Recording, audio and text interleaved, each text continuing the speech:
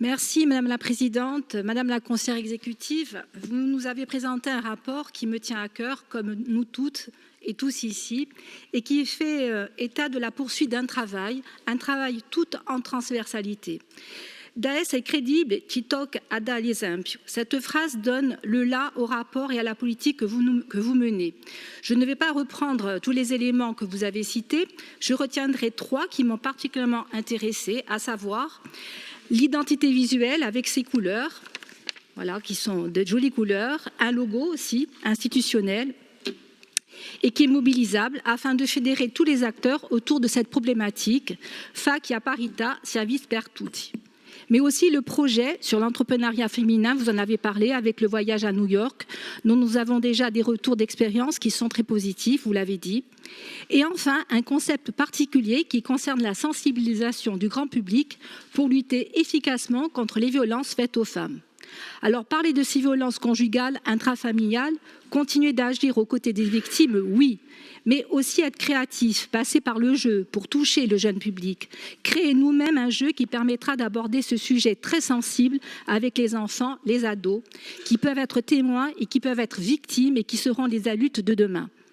Toutes les actions et les axes de travail qui peuvent participer à éveiller les consciences sont bien évidemment à encourager et à développer. Donne et homme,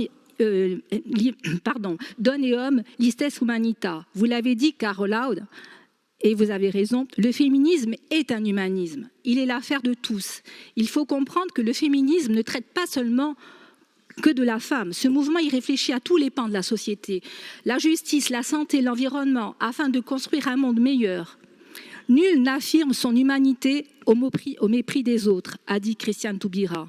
Mais aujourd'hui, malheureusement, force est de constater que les injustices touchant les femmes persistent dans nos sociétés et dans le monde et que ce phénomène est même accentué ces dernières années. Cela a été rappelé par la présidente de l'Assemblée ce matin et par vous aussi.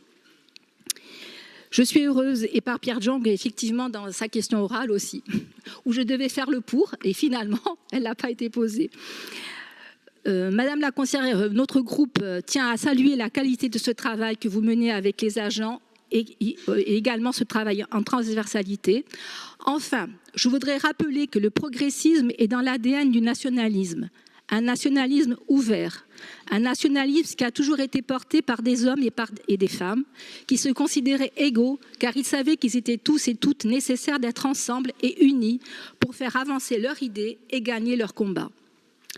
L'égalité femmes-hommes à Parita n'est pas seulement le 8 mars ou le 25 novembre. L'égalité doit nous guider. Nous devons, en tant qu'élus responsables, prendre notre part dans ce combat. Nous devons vous suivre sur ce chemin, vous assurer de notre soutien, mais aussi de notre engagement lors des événements que vous organisez, les scontres, les assises, les conférences. Nous devons aussi affirmer que la parité n'est pas négociable, que la supériorité des hommes sur les femmes, la remise en cause de droits fondamentaux des femmes ne sont pas à l'ordre du jour dans la société qui est la nôtre.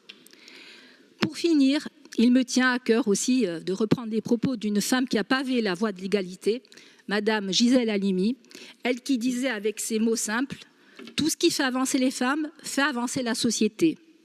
Et elle avait ajouté cette injonction « Ne vous résignez jamais ». Alors, ecco, signora consigliere exécutive, serem sempre a fianco a voi, nous restons vigilants, sans baisser la garde et continuerons sur le chemin de l'égalité. A ringraziarvi.